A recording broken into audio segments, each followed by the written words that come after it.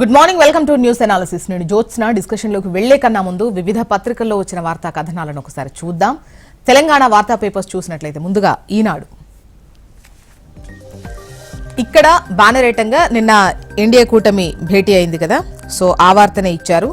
ఏకగ్రీవంగా మళ్ళీ మోదీకే పట్టం కట్టారు. సో మోదీకే పట్టం, ఎన్డీఏ నేతగా ఏకగ్రీవ ఎన్నిక అన్నటువంటి లైన్తో బ్యానర్ ఐటంగా ఈనాడు ఈ వార్తను ప్రచురించింది. 9వ తేదీన ప్రమాణ స్వీకారం ఉంటుంది. ఈ సమావేశానికి చంద్రబాబు నాయుడు, నితీష్, పవన్ తదితరులంతా కూడా హాజరయ్యారు. ఎన్డీఏ కూటమికి సంబంధించినటువంటి మిత్రపక్షాలన్నీ కూడా హాజరయ్యాయి. రేపు బీజేపీ పార్లమెంటరీ పార్టీ భేటీ ఉంటుంది. 17వ లోక్సభను రాష్ట్రపతి రద్దు చేసినటువంటి విషయం మనకు తెలిసిందే కదా. సో ఈ వార్తను హైలైట్ చేస్తూ మొత్తానికి నిన్నటి భేటీలో ప్రధాని మోదీకే మళ్ళీ పట్టం కట్టారు. ఇక బీఆర్ఎస్ ఎమ్మెల్యేలు ఆత్మ ప్రమోదానుసారం వ్యవహరించాలి అంటూ అసెంబ్లీ ఎన్నికల్లో 39 సీట్లు గెలుచుకున్న బీఆర్ఎస్ లోక్సభ ఎన్నికల్లో 3 శాసనసభ సెగ్మెంట్లలోనే కాస్త ఆధిక్యత కనబర్చింది. అయితే బీఆర్ఎస్ను అంతర్ధానం చేసి భాజపాను గెలిపించేందుకు కేసీఆర్ తమ పార్టీ ఓట్లు బదలాయించారు అని చెప్పేసి సీఎం రేవంత్ రెడ్డి ఆరోపించారు.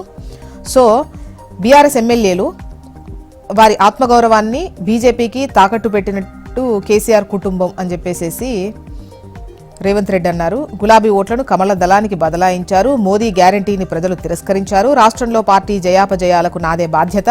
డిసెంబర్ 9న తెలంగాణ తల్లి ఉత్సవాలు, సీఎం రేవంత్ రెడ్డి వెల్లడి. ఇక ఇటు బీజేపీ చేతికి పగ్గాలొద్దు అంటూ నిన్న ఇండి కూటమి కూడా భేటీ అయింది. సో ఈ క్రమంలో ప్రజల మనోభీష్టం ఇదే, తగిన టైంలో సరైన అడుగులు వేస్తామంటున్నారు. మరికొన్ని పార్టీలు మాతో చేతులు కలపాలి. ఇండియా కూటమి నేతల తొలి భేటీలో ఖర్గే చేసినటువంటి వ్యాఖ్యలివి. ఢిల్లీలో మళ్లీ కీలకంగా చంద్రబాబు, కొత్త ప్రభుత్వ ఏర్పాటులో ముఖ్య భూమిక. మరోవైపు 12న సీఎంగా చంద్రబాబు ప్రమాణ స్వీకారం ఉంటుంది. తీర్మార్ మల్లన్న ముందంజ. పట్టభద్రుల ఎమ్మెల్సీ ఉప ఎన్నికలో కాంగ్రెస్ బలపరిచిన అభ్యర్థికి మొదటి రౌండ్లో 36,210 ఓట్లు వచ్చాయంట. బీఆర్ఎస్ బలపరిచిన రాకేష్ రెడ్డికి 28,540 ఓట్లు వచ్చాయి అని రాశారు. నెక్స్ట్ ఆంధ్రజ్యోతి చూద్దాం. మోదీ మూడోసారి అంటూ నిన్న ఎన్డీఏ కూటమి భేటీకి సంబంధించిన వార్తని ఇక్కడ హైలైట్ చేస్తూ ఏకగ్రీవ తీర్మానం చేశారు. మళ్లీ ప్రధానిగా మోదీనే, ఎన్డీఏ సారథిగా మళ్లీ ఏకగ్రీవ ఎన్నిక అంటూ ఈ వార్తనిచ్చారు. కూటమి భేటీలో బాబుకు ప్రత్యేక ప్రాధాన్యం. రేపు ఎన్డీఏ పక్ష ఎంపీల సమావేశం. మరోవైపు వేచి చూస్తాం అని చెప్పేసి అటు ఇండి కూటమికి సంబంధించి బీజేపీ పాలన వద్దని దేశ ప్రజలు తీర్పిచ్చారు. వారి ఆకాంక్షలు నెరవేర్చడానికి ట్రై చేస్తామంటోంది ఇండి కూటమి. సో మోదీకి నైతికంగా ఘోర పరాభవం. బీజేపీ ఫాసిస్టు పాలనపై పోరాటాన్ని కొనసాగిస్తాం. భావ సారూప్య పార్టీలను ఆహ్వానిస్తున్నాం. కాంగ్రెస్ అధ్యక్షుడు మల్లికార్జున ఖర్గే.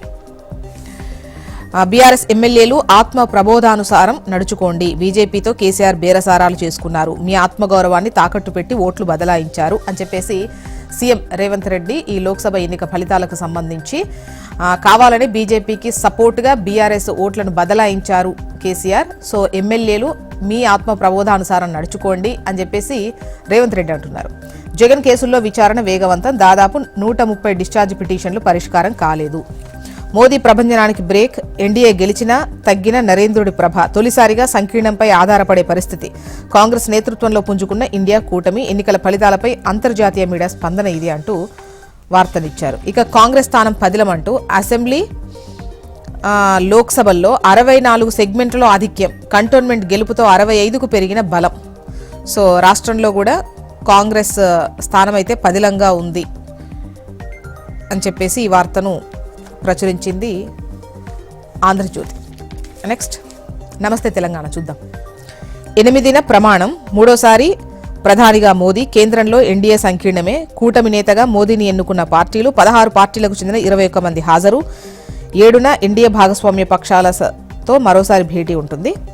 ఇక కాంగ్రెస్ అధిష్టానం సీరియస్. 64 మంది ఎమ్మెల్యేలుంటే 8 ఎంపీ సీట్ల.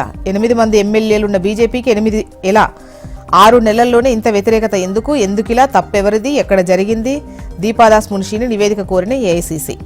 తెలంగాణలోనూ షిండే ప్రయోగం అంటూ ముఖ్యమంత్రి రేవంత్ రెడ్డి అనుమానం. ఉగాది పచ్చడిలా లోక్సభ ఫలితాలు. మేము ఆశించిన స్థాయిలో సీట్లు రాలేదు అన్న రేవంత్ రెడ్డి. ఏపీ సీఎంగా 12న చంద్రబాబు నాయుడు ప్రమాణానికి సంబంధించిన వార్తను కూడా ఇక్కడ హైలైట్ చేస్తూ కథనాన్ని ఇచ్చారు. ఇక సన్నాల సాగుపై సర్కార్ హ్యాండ్సప్, బోనస్ భారం తగ్గించుకునేందుకు ఇది భారీ ప్లాన్ అంటూ వార్తను హైలైట్ చేశారు. కూటమిలో లేకుంటే ఎదురైతే ఒంటరి పోరులో వెనకబడ్డ ప్రాంతీయ శక్తులు, లోక్సభ ప్రాతినిధ్యం కోల్పోయిన బీఎస్పీ, బీజేడీ, బీఆర్ఎస్, ఏఐడీఎంకే ప్రాంతీయ ఆకాంక్షలకు తీవ్ర విఘాతం, కాంగ్రెస్కు 11 రాష్ట్రాల్లో ప్రాతినిధ్యం అనేది నిల్ అంటూ వార్తనిచ్చారు. నెక్స్ట్ వెలుగుకి వెళ్దాం. వెలుగు హైదరాబాద్లో కుండపోత వర్షం, 2 గంటల పాటు భారీ వర్షం కురిసింది. నిన్న రోడ్లన్నీ జలమయమయ్యాయి. బేగం బజార్లో 8.5 సెంటీమీటర్ల వర్షపాతం నమోదైంది. జిల్లాల్లోనూ ఓ మోస్తారు వర్షాలు, దక్షిణ జిల్లాలకు విస్తరించిన రుతుపవనాలు. ఈ రానున్న 5 రోజులు కూడా రాష్ట్ర వ్యాప్తంగా వానలు కురుస్తాయని చెప్పేసి వెదర్ రిపోర్ట్ చెబుతోంది. ఇక బీజేపీకి బీఆర్ఎస్ తాకట్టు అంటూ రేవంత్ రెడ్డి చేసినటువంటి వ్యాఖ్యలను ఇక్కడ హైలైట్ చేశారు. ఈ లోక్సభ ఎన్నికల్లో బీజేపీకి బీఆర్ఎస్ను కేసీఆర్ తాకట్టు పెట్టారు అని చెప్పేసి మాట్లాడారు రేవంత్ రెడ్డి. సో అదే ఇక్కడ ఇచ్చారు. ఇక సంకీర్ణ సర్కారుకు మోదీ రెడీ. ఎన్డీఏ నేతగా ఏకగ్రీవంగా నిన్న ఎన్నుకున్న విషయం తెలిసిందే. ఈ నెల 8న ప్రధానిగా ప్రమాణం చేస్తారు నరేంద్ర మోదీ. ఇండియా కూటమిలో చేరండి, కొత్త పార్టీలను ఆహ్వానించిన మల్లికార్జున ఖర్గే. నైతికంగా మోదీ ఓడిపోయారని కామెంట్. రాజ్యాంగ పరిరక్షణకు అన్ని పార్టీలు ఏకం కావాలని పిలుపునిచ్చారు. బీఆర్ఎస్ కొంప ముంచిన అబద్దాలు అంటూ లోక్సభ ఎన్నికల ప్రచారంలో సర్కార్పై అడ్డగోలు ఆరోపణలు. కాంగ్రెస్ వల్లే కరువు వచ్చిందని, కరెంటు పోయిందని కామెంట్లు.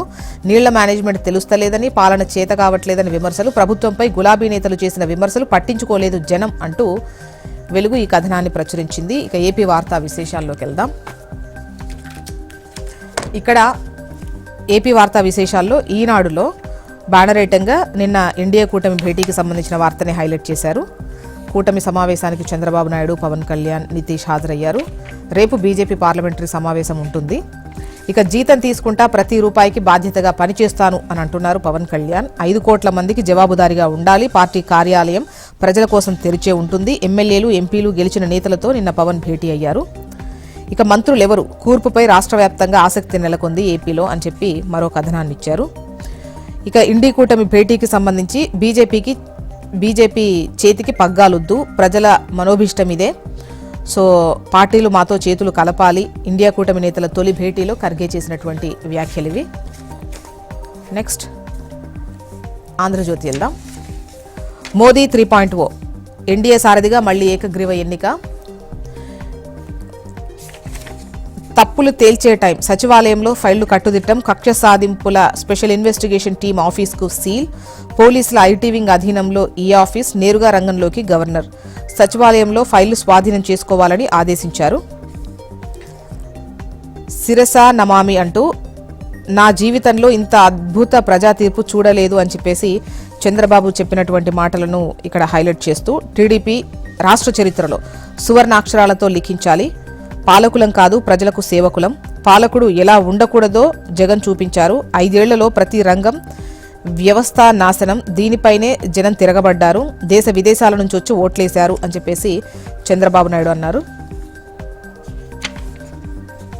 వైసీపీలో కలకలం, జగన్ వల్లే ఈ ఘోర పరాజయం అంటూ చర్చ నడుస్తోందని ఒక వార్తని.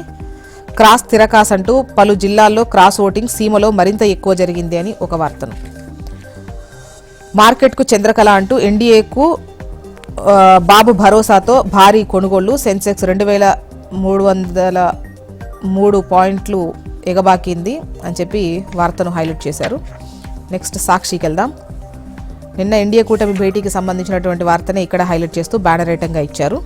ఎన్డీఏ నేతగా మోదీ, ఏకగ్రీవంగా ఎన్నుకున్న నేతలు, మోదీ సారథ్యంపై ప్రశంసలు. కూటమి తొలి భేటీలో తీర్మానం, వీలైనంత త్వరగా ప్రభుత్వ ఏర్పాటు. ఇక ఇలాంటి పోరు ఇదే తొలిసారి. కూటమి సమిష్టి కృషితో ఎన్నికల్లో విజయం. చంద్రబాబు, చారిత్రాత్మక విజయాన్ని అందించిన ప్రజలకు శిరస్సు వంచి నమస్కరిస్తున్నా. మాకు అధికారంతో పాటు ఉన్నత బాధ్యత అప్పగించారు. మేం ఎన్డీఏతోనే ఉన్నాం అని చెప్పేసి ప్రకటించారు. ఇక ఎంబీబీఎస్లో ఏ ర్యాంకుకు ఎక్కడ సీట్ వస్తుంది, నీట్ యూజీ 2024 ఫలితాలు వెల్లడించింది ఎన్టీఏ. మొత్తానికి ఇవి ఇవాళ వివిధ పత్రికల్లో వచ్చినటువంటి